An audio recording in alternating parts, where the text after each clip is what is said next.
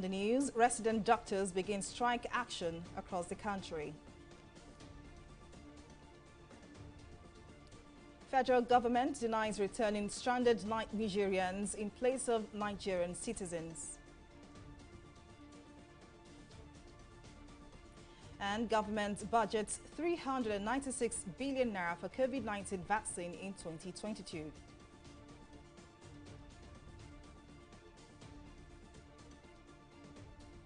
Glad to have you join us on News Now. I am Folashade Ogrinde. Members of the Nigerian Association of Resident Doctors on Thursday morning commenced a nationwide strike despite federal government's last-minute efforts to stop the action. The resident doctors, however, assured Nigerians that the strike was not meant to hurt them. Recall that the federal government on Wednesday held a meeting with members of the Nigerian Association of Resident Doctors to avert their planned strike. The meeting was expected to fix timelines for the implementation of the proposals and demands put forward by doctors who had threatened to embark on an indefinite strike from Thursday. We are now joined by Dr. Chukwujima Ejiofor from Abuja. He's the second Vice President of the National Association of Resident Doctors. Thank you very much, Dr. Ejiofor, for joining us on News Now. Many Nigerians are surprised you still went on strike despite agreements reached with the federal government. Could you please shed more light on the reasons for this action? All right, thank you very much. Good to have me here. You see, when you say you have an agreement is something that both of you have fully agreed upon and signed. In this issue, we had a proposition which we are yet to take to the National Executive Council of NAD. So I don't think it's proper to have it being said that we have an agreement. It was a proposal by the government of ways to address our issue, which we're still yet to take to the National Executive Council of NAD.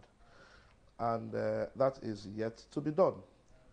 At this point in time, the strike started by 8 a.m. this morning, and our communique was very clear in the number one demand that house officers who were being owed ought to have been paid by the end of work, the end of official duty on 31st of March 2021.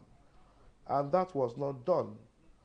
It beats the imagination for us to be called yesterday evening by around 5:30, and we were there till after midnight.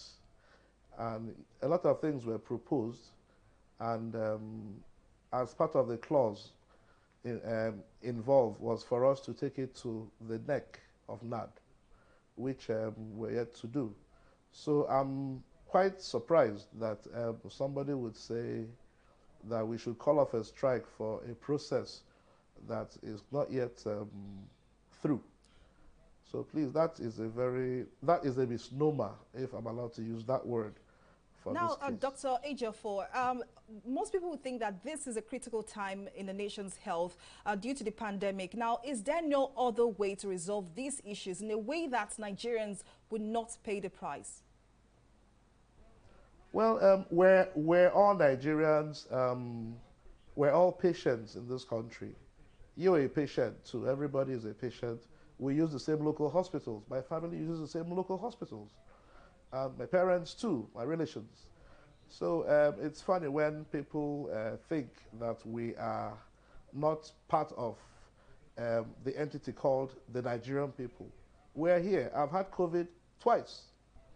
And it beats the imagination to actually have a mind for more than a decade now, as a doctor in Nigeria, that we have been receiving 5,000 naira as hazard allowance monthly to every health worker. When in this same country, people in office, people in authority are still receiving or have been receiving sums to the tune of 1.2 million naira a month for hardship allowance. These are the issues that we see in this country, and I believe Nigerians should start asking themselves questions. The health system has been down. We've had a lot of brain drain ongoing. Our president is not here on the eve of a strike by doctors. These are the things that you're meant to think about, and it's quite both unfortunate and infuriating at times when you look around you and the right thing is not being done. We have to fix this country. We have to fix this health system. Now, Dr. Ejiofor, I'm very sorry to interrupt you there, but just like your association have said, it's an indefinite strike, but we hope the government listens and meet your demands in order to put an end to this strike. Thank you very much, Dr. Ejiofor, for coming on News Now. Moving on, in the last 3 days, 1,071 Nigerian migrants stranded in Saudi Arabia have returned home. The latest batch is the group of 418 returnees who arrived in Nigeria on Wednesday.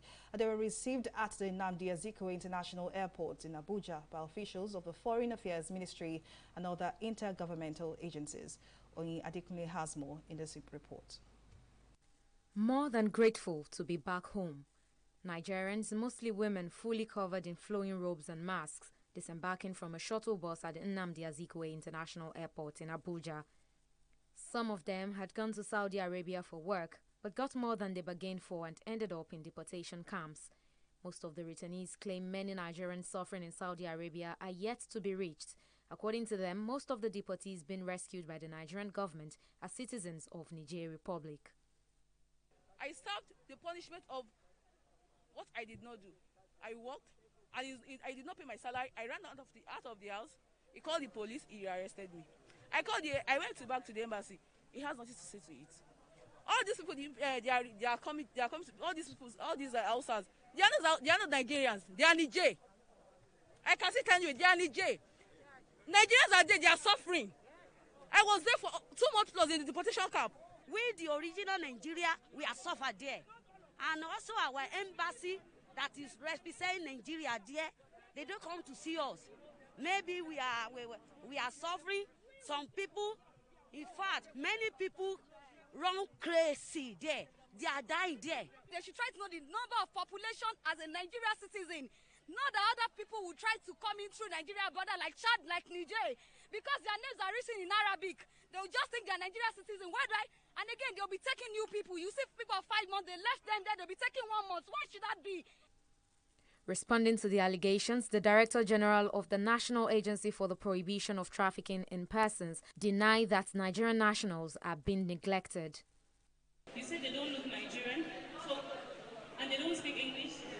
For starters, they don't speak English in Saudi Arabia. Some of them were born in Saudi Arabia, but from Nigerian parents.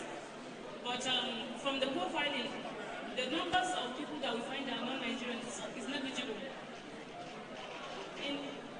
During our profiling in January, out of almost 1,250 people, only 5 people were non-Nigerians.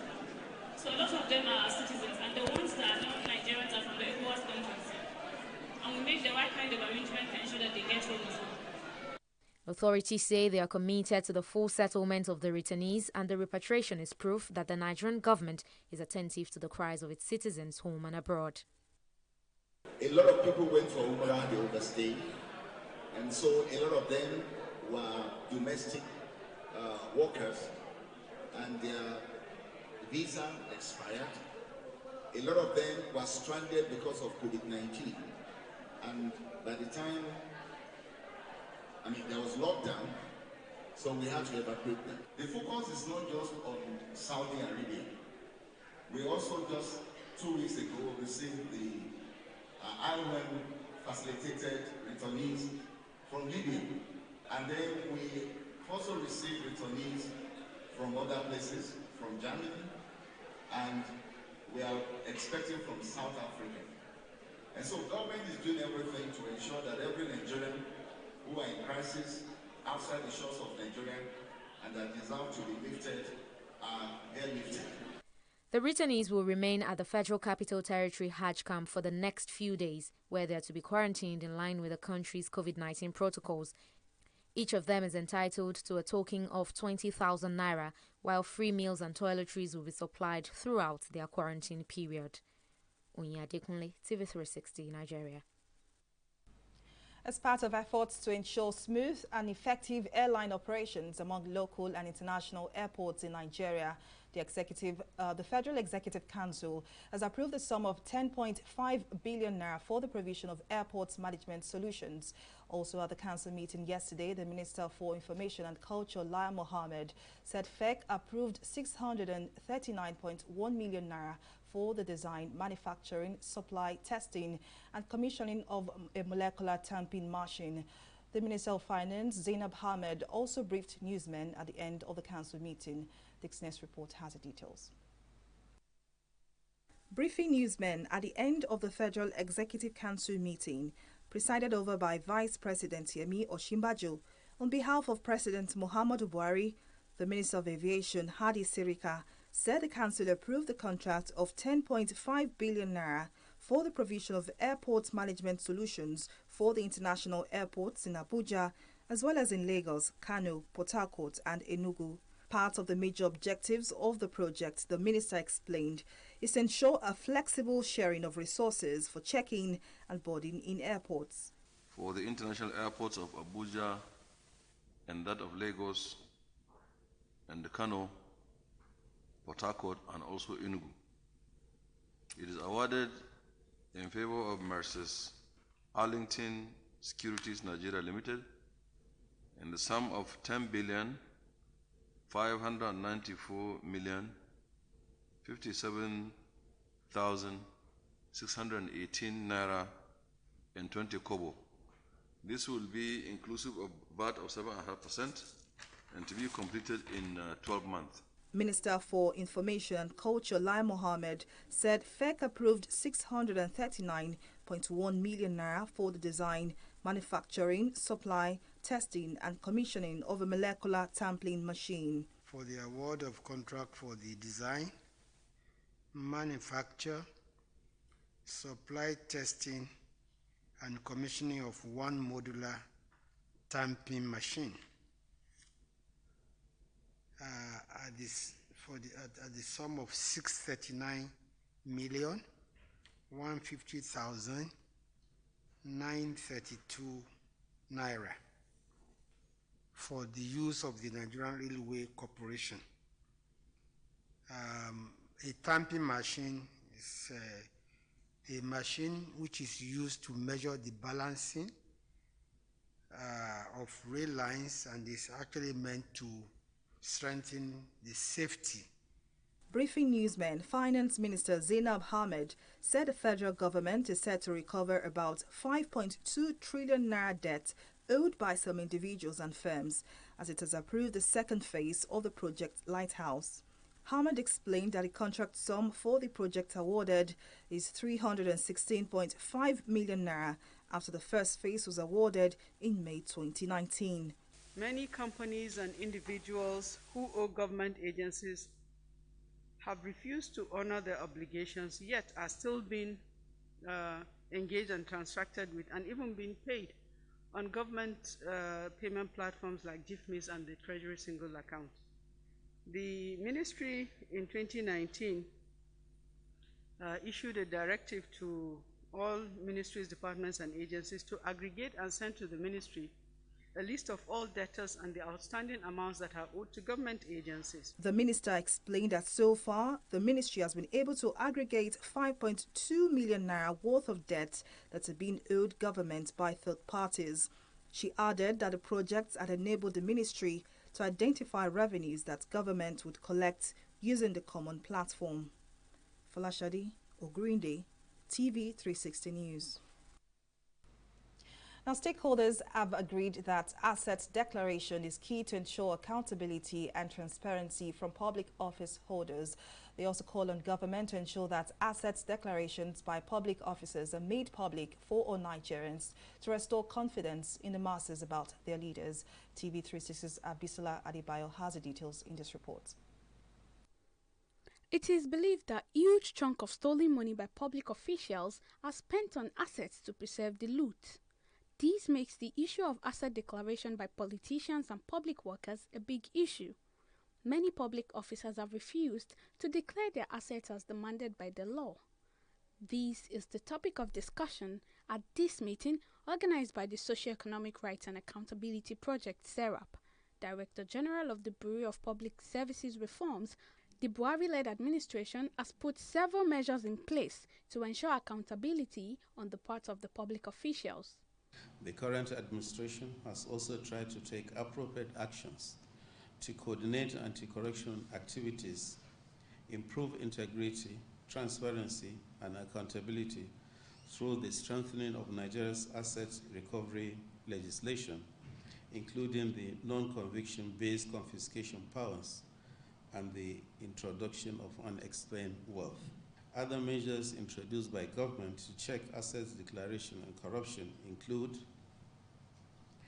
introduction of Executive Orders Number 4, 2017 on Voluntary Assets and Income Declaration Scheme, establishment of Public Register Beneficial Act, sharing of information amongst law enforcement agencies, anti-corruption agencies, national security advisor, and financial sectors. Stakeholders at the meeting noted that as much as public office holders are entitled to their privacy, those that elect them also have the right to know about their assets. Every citizen of Nigeria is guaranteed that right to private and family life, but the right actually is not absolute. I would say that public office comes with its benefits and it comes with its burdens, one of them being that you are now public property, sort of.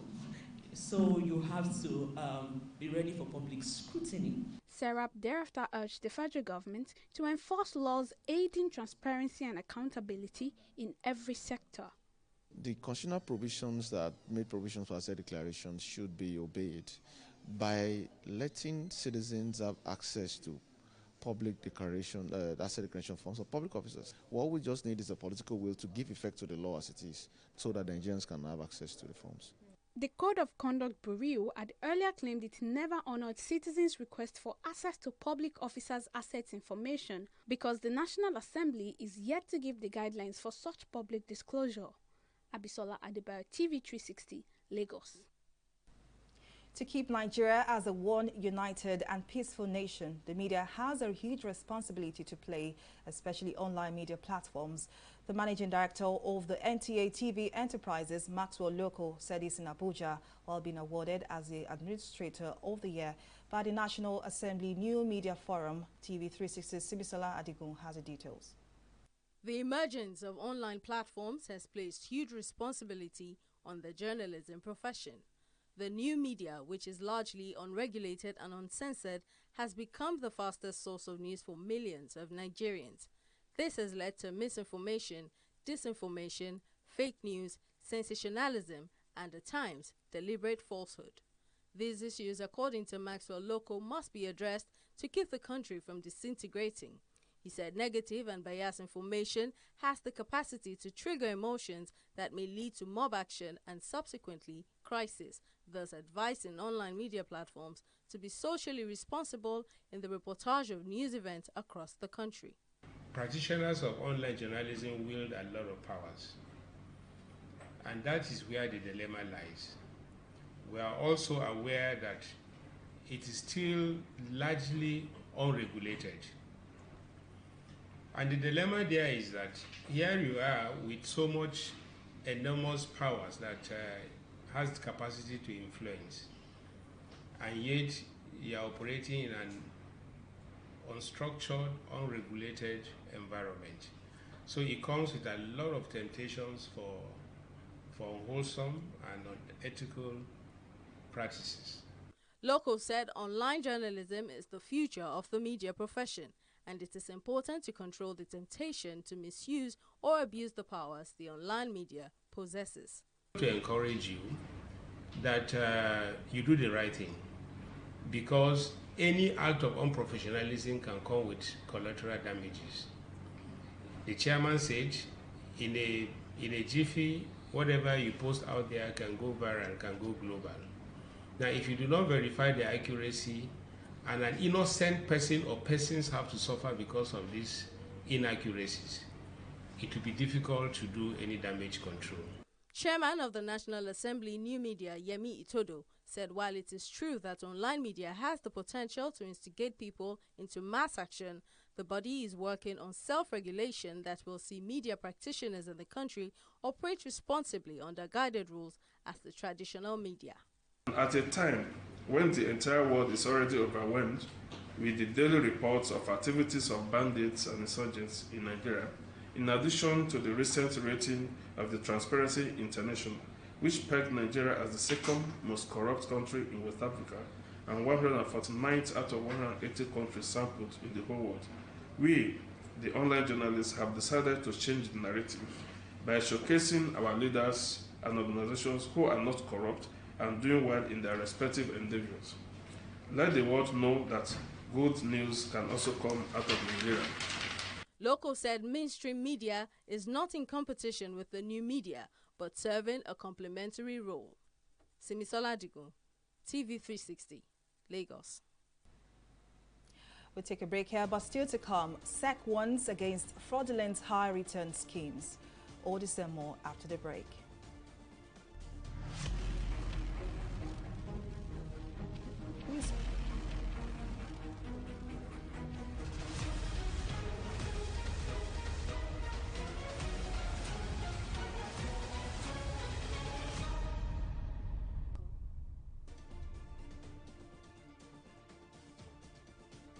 Well, let's take a recap of some of our top stories. Members of the Nigerian Association of Resident Doctors on Thursday morning commenced a nationwide strike despite federal government's last-minute efforts to stop the action. The resident doctors, however, assured Nigerians that their action was not meant to hurt them. We also told you that the Federal Ministry of Foreign Affairs has denied allegations that citizens of Nigerian Republic were part of the returnees brought from Saudi Arabia. 1,071 Nigerians stranded in Saudi Arabia were brought back during the week, but there are allegations that preference was given to citizens of Nigerian Republic over Nigerians.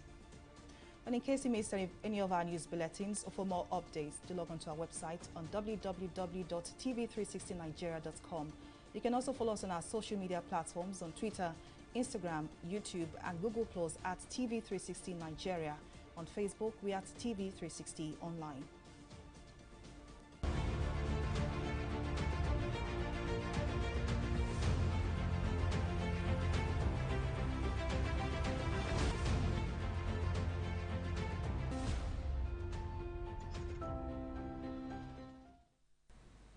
And anti-COVID-19 stories and updates. The federal government is proposing to spend a sum of 396 billion naira for the COVID-19 vaccination in 2021 and 2022.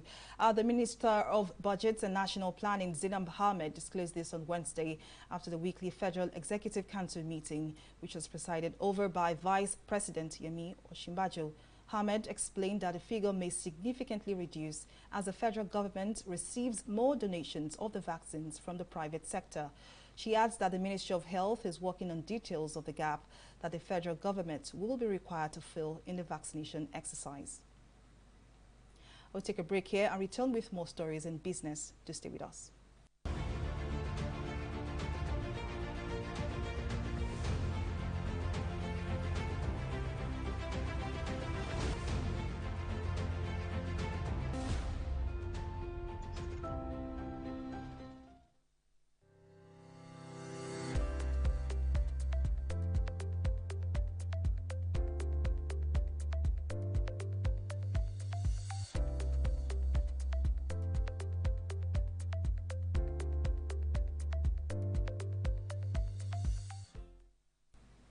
Welcome back. Well, let's now join Abisola Adebayo to bring us up to speed on the latest in the world of business and stock market.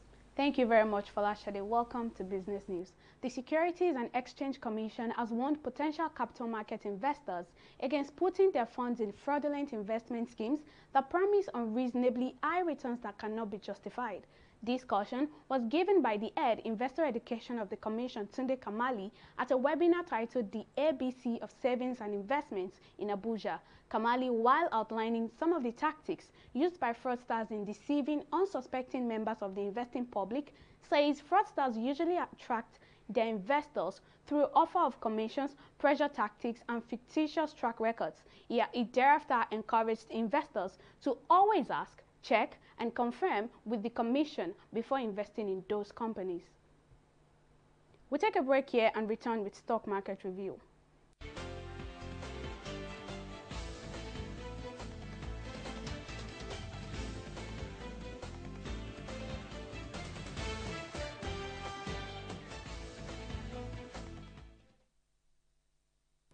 Nigerian stocks suffered major losses in the first quarter of 2021, which ended yesterday, due to several factors, some of which include rising yields in government securities, reallocation of portfolios by investors, profit-taking, and the deteriorating situation in the economy. It's not looking like anything different in this new quarter, as the stock market recorded a total loss of 0.33% to close today at 38,916 basis points. Market capitalization also lose over 67 billion naira to close the day at 20.361 trillion naira. However, the market performance was affected by losses in stocks like FTN Cocoa and NEM Insurance, who topped our losers list today. Our losers list of 4 is however completed by Unity Bank and Regalins, who recorded a combined 6 kobo loss at the close of trading today.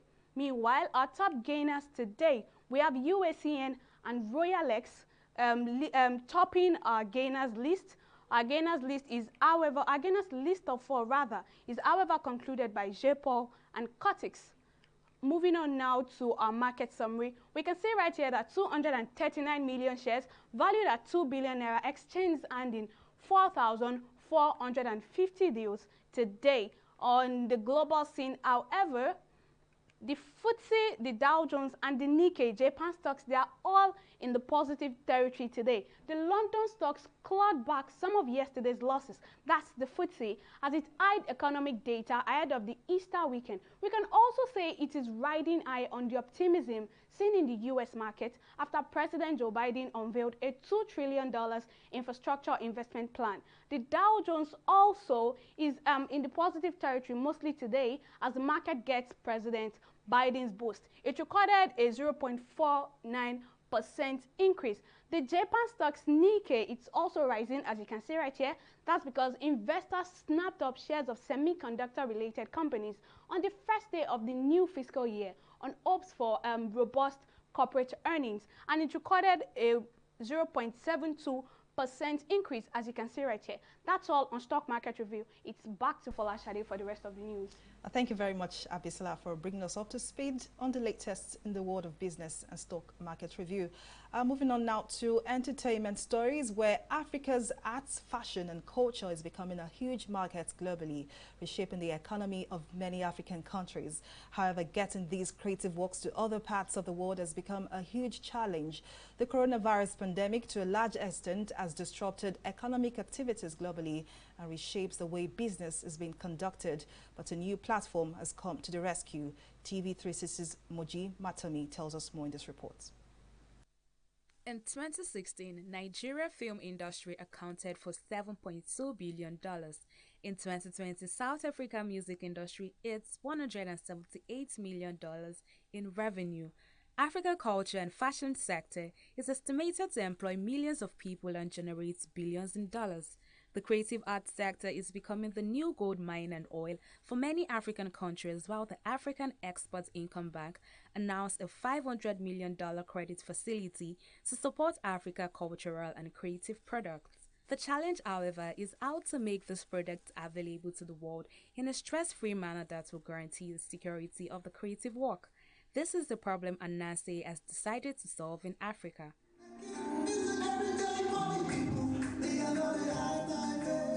Ananse is a digital platform for the convergence of fashion designers, painters, sculptors, and other creative entrepreneurs.